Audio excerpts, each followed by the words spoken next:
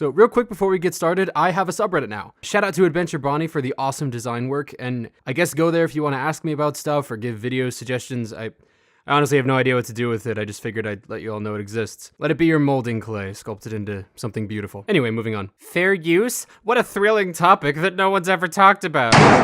Yeah, I know, but it's rapidly becoming relevant again, and this whole YouTubers getting sued regularly thing is quite new, so fuck off. Getting sued can be absolutely terrifying. Depending on the type of lawsuit, it can take anywhere from a few months to a few years to be fully resolved, which can tally up to thousands upon thousands of dollars in both court costs and legal counsel fees. If someone were to be told they were being sued, they would naturally freak the fuck out, and for very good reason. But if that someone were being sued for what we'll generously call a not very good reason, that's all the more reason to freak out. Before we dig into the crux of what fair use actually is, we're going to take a quick look at some recent instances of fair use being brought into copyright disagreements.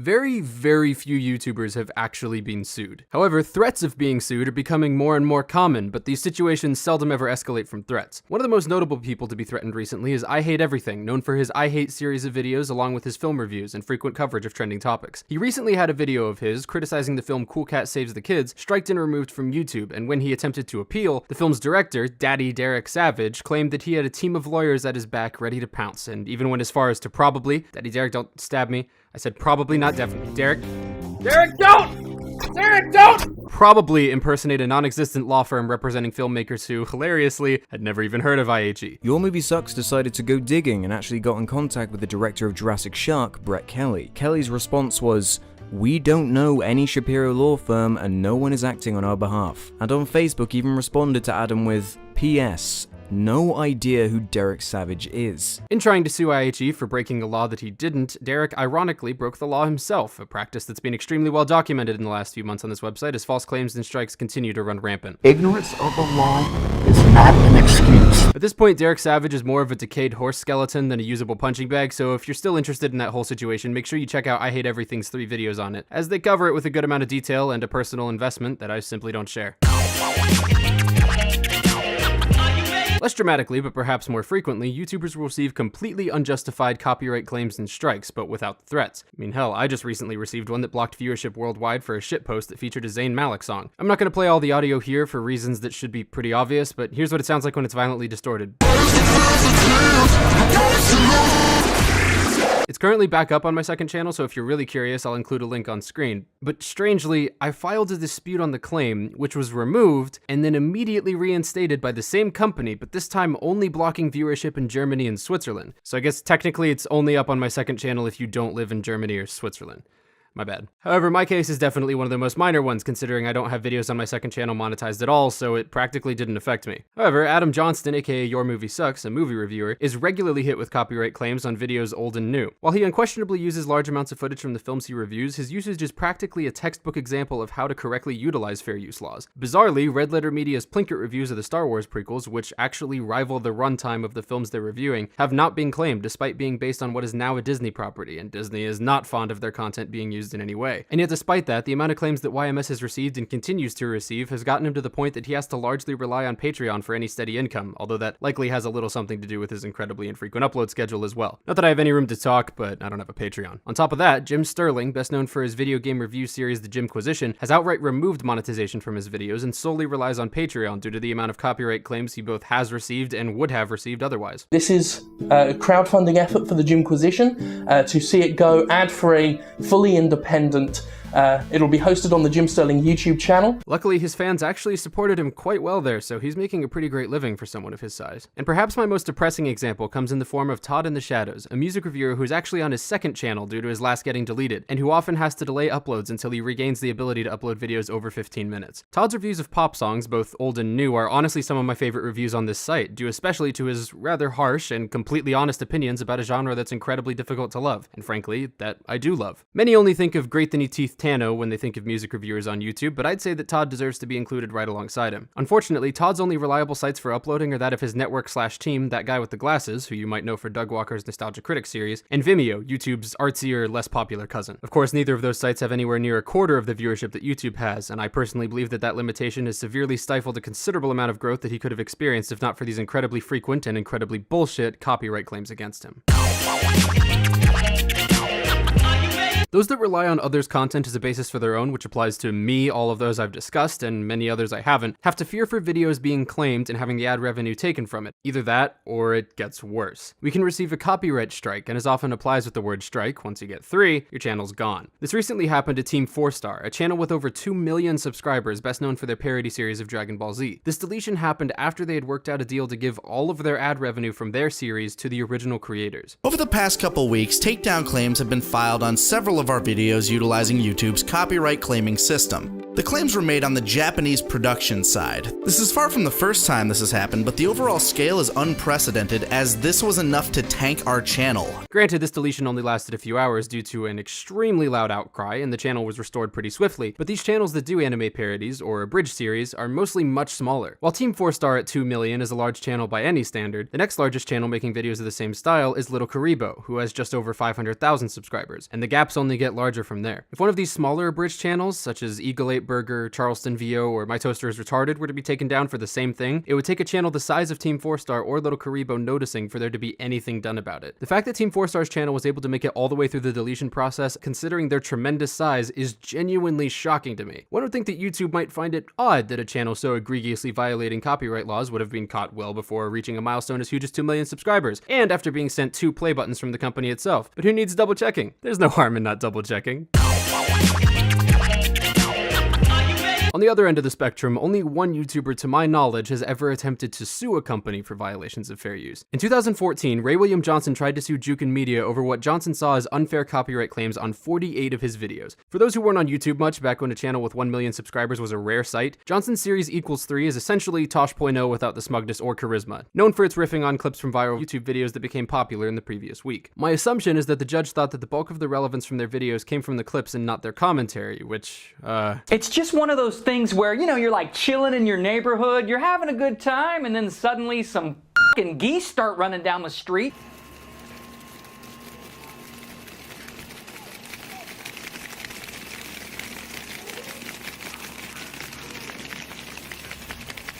What the hell? I'm not really sure I can disagree with. Whatever the reasoning, the judge told Equals 3 to fuck off, enforcing that their videos were not fair use. Apparently they reached some kind of outside deal to keep videos up and started a collaborative business relationship, but that was never really specified, and honestly, no one gives a shit about Equals 3 at this point. Why did I even bother? I realize I've just been telling you about a lot of scenarios that would involve fair use disputes without really telling you what fair use is. I'll leave a link to YMS's video on the subject as he delves very in depth on it in a video that's longer than this whole thing will probably be, but to give you a quick overview, fair use is a legal doctrine that lets people use copyrighted content to criticize, parody, report, and teach without permission from the copyright owners. However, the biggest issue with fair use is that people, especially YouTubers, have a misconception that this applies to everyone. It does not. Doug Walker made a video a decent while ago entitled Where's the Fair Use, where he attempted to spread awareness of unjust copyright claims, which started a slew of videos from a wide variety of YouTubers featuring the hashtag WTFU, which probably trended at some point, maybe. This video featured both YMS and I Hate Everything to further his points. However, in my opinion, the inclusion of these two YouTubers simply fed the ignorance of what the phrase fair use actually refers to and aided in further misinformation. While YouTube is an American company based in the United States, the content uploaded to it comes from all around the world. As a result, the content creators from different parts of the world are subject to different laws. Think of it like Netflix. If you have friends from Australia, you might hear them complain that Netflix's selection is absolute horseshit, while most people in the US are generally content with it. That's because copyright laws and publication rights don't extend overseas. They stay within the borders they were created in. If you're wondering how this all connects to fair use, as I said, fair use is a legal doctrine, but it only applies in the United States. Outside of the US, there's something similar called fair dealing, but it is often much more restrictive than the US's fair use. For example, in the United Kingdom, the amount of copyrighted material utilized is taken into consideration, along with the material's publication history, what the person utilizing the material is utilizing it for, and what the original owner could suffer from the individual's usage of their material. It's also only usable as a defense when being sued for copyright infringement, and proving that the usage was fair falls squarely on the user. The defense's parameters are very similar in Canada. Fair use, on the contrary, is essentially considered a right. Walker is perfectly justified in voicing criticisms that fair use hasn't done much to help him, but including I Hate Everything, a Brit, and YMS, a Canadian, in his video kind of muddies his point. It's entirely possible that I'm misinformed, and I'll happily amend this video if I am, but YouTube as a whole is not restricted to following the laws of the United States. It follows the laws of whatever country it's being accessed in, and copyright laws follow whatever country the material originated in. This does not invalidate the claims of some of these individuals, as many of them were receiving claims in strikes for reviewing American films, but technically speaking, if they were reviewing Japanese films, for example, they could be given a perfectly legal copyright claim or strike if they didn't acquire permission from the creator first. People are quick to fall back on fair use as a defense for copyright claims, but in many cases, those claims could be valid. YMS has claimed that his usage of copyrighted music as background music is covered by fair use, as no one will watch his videos as a substitute for listening to the music. While I agree that he's probably correct on the latter, I find his argument of it being fair use questionable at the very best. Using large portions of copyrighted music that's independent of what you're talking about isn't using it for criticism or parody or reporting or teaching. It's just using copyrighted music. However, this is far less of an egregious offense than what reaction channels do. Okay, I know, reaction channels have pretty much been picked dry, so I'll be speedy here. This... You got it? This is not fair use. Most of these gentlemen will claim that it's for criticism, which might be fair for some of them, but fair use is explicitly to aid people by using smaller portions of copyrighted material to transform it and criticize it. If you were to make a commentary for a feature-length film and put it on YouTube with the entire film playing on screen, it would be taken down almost immediately. Frankly, the Fine Brothers are really the only watch the video in the corner reaction channel that can make a decent argument for fair use, considering they trim the videos down considerably, replay clips for reactions from various people, and a solid 50% of the video is an, admittedly generic, interview segment where they basically ask everyone the same question. And before any of you defend Blasphemous HD because he pauses once every 7 videos, or every other day, to make a 4-second comment, then I'd like to politely ask you how you found this channel and why you haven't left yet. You can find him entertaining, there's nothing wrong with that, but if you don't see where his behavior is problematic, someone gouged your eyes out without you noticing somehow, and I'm incredibly sorry about that. With all of this said, I'll get to what I'm sure a lot of you are expecting me to address: the recent suing of H3H3 Productions. For those out of the loop, Ethan and Gila Klein were sued by Bold Guy, who I will be referring to by his birth name Matt Haas because that username is ridiculous, a YouTube pickup artist. For those of you who don't know what a pickup artist is... Do you have a name? I have a boyfriend. Of course you do. But you're getting ahead of me now. I only asked you for your name. Why do you want to know my name? Maybe I'd like to get to know you better. Sorry, that's not gonna happen. Now, how can you predict the future with such certainty? Because I already made a decision What decision? to be with my boyfriend. But that's a decision you made in the past. You now realize you've probably met 12 of them and perhaps came to realize your friend Chad fits this description better than Keemstar's belly fits in a donut hole. Ethan and Gila did a video on their second channel of the same name reacting to one of Matt's videos. While I did just give reaction channels shit, I'd like to clarify that these two actually get a lot of credit as they genuinely make their videos focused on Ethan's jokes and personality rather than solely the content he's reacting to. I say he because I don't watch the second channel at all anymore, so I have no idea if it still applies to this one as well. Either way, they received a copyright notice on their video from Haas and swiftly privated it. For those unaware, once you counter a claim or a strike once and the claimant puts their foot down, you have to submit your full legal name and address, and in order for the claimant to keep the claim on your video, they have to be willing to sue you. Well, in a rare instance of astounding stupidity, the madman actually did it. The Kleins put up a video simply titled "We're Being Sued," where they discuss all of this in more detail and very confusingly show legal documentation. Now, I'm not exactly an expert on this, but considering that the lawsuit is active, I found it incredibly surprising that they were allowed to reveal the actual documents that they were being sued for, but clearly Ryan Morrison is an actual professional lawyer, so I should probably trust his judgment over mine. Now, I've expressed my distaste for Ethan as an individual in the past, but I have to give him some serious credit for what this was able to turn into, or at least potentially turn into. Philip DeFranco, a YouTuber many of you are vaguely aware of but probably don't watch, made a GoFundMe to help cover their legal fees, which received donations from many different YouTubers, all with varying opinions of Papa Klein. Now, I initially gave Ethan shit for this, as in their video they say, "We can't ask you guys for more money." But then we're constantly posting about the donations they received from larger YouTubers. I realize in retrospect that thanking people for donating north of $1,000 to you is really just the polite thing to do more than it is attention whoring, and I was probably being a little hasty. But even assuming I had stuck to that opinion, the fact that they opted to use the money to start the Fair Use Protection Account, or FUP, god damn it, with all of the donations to help smaller channels be protected from unjust copyright claims is actually pretty admirable. Hard to say how their legal case with Mr. Haas will go, as theoretically the Ray William Johnson case was just as open and shut as this appears to be, and that clearly didn't work out. But if nothing else, they're trying to actually make a change for smaller channels, and it appears they're starting off with one of my favorites.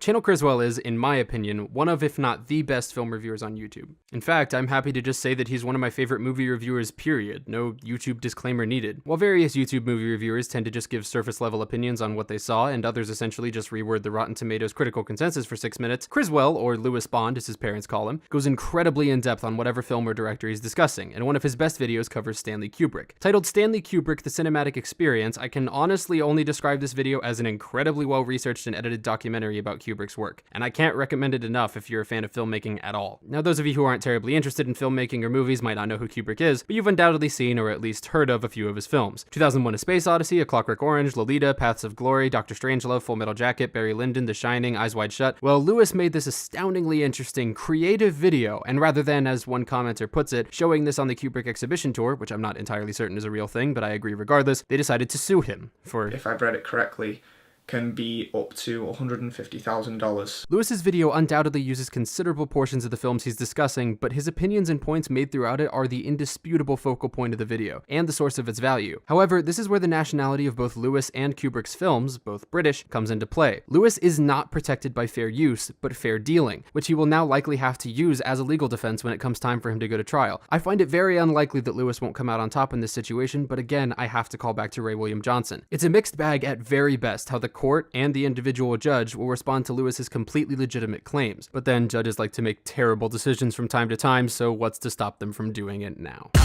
When all's said and done, fair use and, to a lesser extent, fair dealing are unquestionably beneficial to people using copyrighted material. They are not fully protective. Many unjust and illegal copyright claims are still being made on a variety of creators, as I've highlighted, but in many cases, these claims are actually perfectly valid and legal. Copyright law is a bitch and can certainly be abused, but if you don't live in the United States and your videos have been, as you would define it, falsely claimed, please don't go saying, "Where's the fair use?" Because unfortunately, for the time being at least, it's only in America.